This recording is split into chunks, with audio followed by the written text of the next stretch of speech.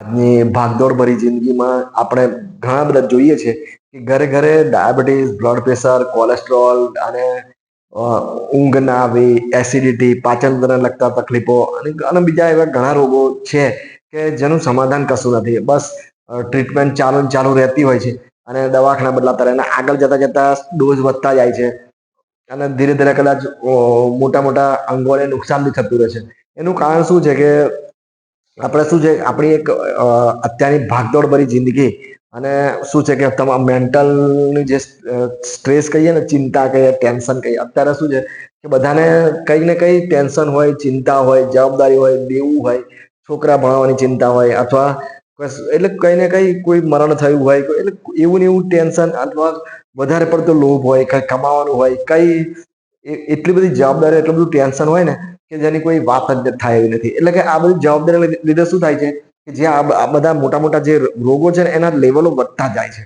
આગળ જતા સમય જતા એ લેવલો એટલા બધા વધી જાય છે ને કે પાછું વળવું બહુ મુશ્કેલ થઈ જાય છે. એટલે શું છે કે જો આ બધા રોગોને થોડા રોકવા હોય અને આ બધા રોગોને શાંત કરવા હોય તો એક શું છે કે આપણા ઘણા ધર્મગુરુઓ અને બધા ઘણાએ કીધું જ છે, આપણા મોટા મોટા જે વડેલો અને આપણા પૂર્વજોએ, કે ભાઈ ધ્યાન બહુ મહત્વની વસ્તુ છે.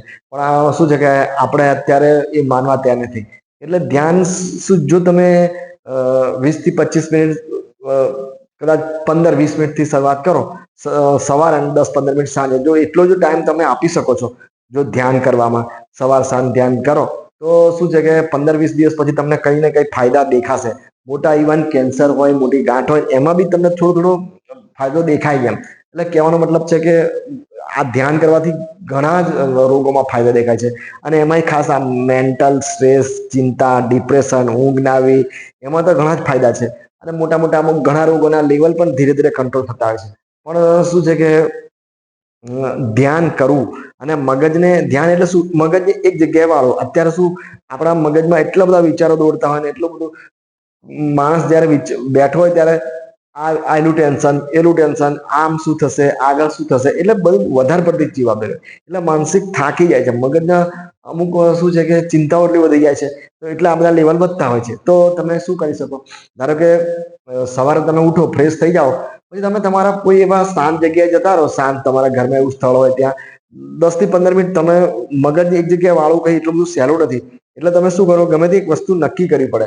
તો અત્યારે ભગવાનની શરણમાં જવું બહુ સહેલું છે કે એમાં શું, તમારું મન પરો, ધારો કે તમે કોઈ પૂજા સ્થળમાં બેસો, શાંતિથી તમારા ભગવાનના જે તમે માનતા હોય, જે ગુરુમાં માનતા હોય, માતાજીમાં માનતા હોય, જે ભગવાન માનતા હોય એમના ફોટા સામે બેસો, એમના ફોટાને શાંતિથી જોયા કરો અને પછી એ જ ફોટો તમે બંધ આંખેથી જુઓ, કાં તો પછી એમની આરતી કરો શાંતિથી એક જ મનથી, કાં તો પછી એમનું ભજન સાંભળો. કંઈ ને કંઈ એવું 10 થી 15-20 મિનિટ તમે શું એ ભગવાનમાં પરોવાયેલા રહો.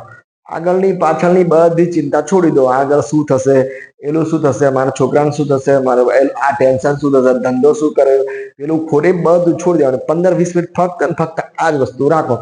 તો આ રીતે આને કહેવાય ધ્યાન. એવી જ રીતે તમે સાંજે જયારે ઘરે આવો છો, ઘરે ત્યાં સાંજે આવો છો ત્યારે બી તમારું બધું અમુક કરીને ભગવાનની આગળ બેસી જાઓ અને શાંતિથી બસ એક જ વિચાર, એક જગ્યાએ મન પરોવી દો. તો શું છે, એ રીતે મનને વાળવું અને મનને એક જગ્યાએ કોન્સન્ટ્રેટ કરવું અઘરી વસ્તુ છે. એટલે ગમે તે એક વસ્તુ તમારે નક્કી કરવું પડે કે ભાઈ ગમે તે ભગવાન છે, કોઈ ગુરુ છે, આપણા કોઈ મા બાપ છે. ઘણા લોકો તો શું છે કે ધારો કે મોટો કોઈ કેન્સરનો રોગ થયો હોય તો એક જગ્યાએ શાંતિ વિચાર, તમે એવું વિચાર કરો કે ભાઈ મારો કેન્સરનો રોગ મટે છે, મારો કેન્સરનો રોગ મટે છે. તો અમુક દિવસ પછી કેન્સરનો રોગ બી મોટો થઈ જાય. કેમ કે તમે એટલે તમારા શરીરમાં હકારાત્મક વિચારમાં આવશે, તમે હકારાત્મક વિચારો આવે તો શું તમે ઘણા મોટા રોગો સામે લડી શકો છો. તમે બસ નેગેટિવ, નકારાત્મક વિચારો આવો, મને આમ થશે, મને આમ થશે, આમ આમ મને આમ, તો અમુક ટાઈમ મને બીપી થઈ ગયું, મને બીપી થઈ ગયું, મને હવે શું થશે.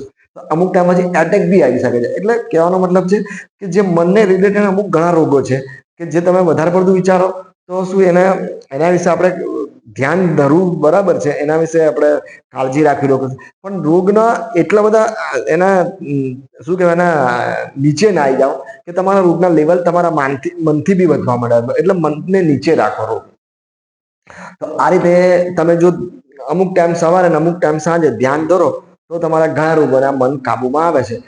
રોગોના ઘણા, એટલે મનને એક જગ્યાએ વાળો. હવે બીજું શું છે, આપણી લાઈફમાં આપણે ક્રોધ કરતા હોય, લોભ કરતા હોય, આ છે એટલે એ બધું શું છે કે સંસારિક જીવનમાં આપણે એવું કહીએ કે આ બધું છોડો, આમ ના કરશો આમ ના કરશો, એટલે એ અશક્ય છે. કેમ કે હવે માણસ જયારે સંસારમાં પડ્યો, માણસ વેપારમાં પડ્યો હોય તો કઈ ને કઈ કંકાસ ને કઈ ને કઈ ઝઘડા તો થતા જ રહેવાના.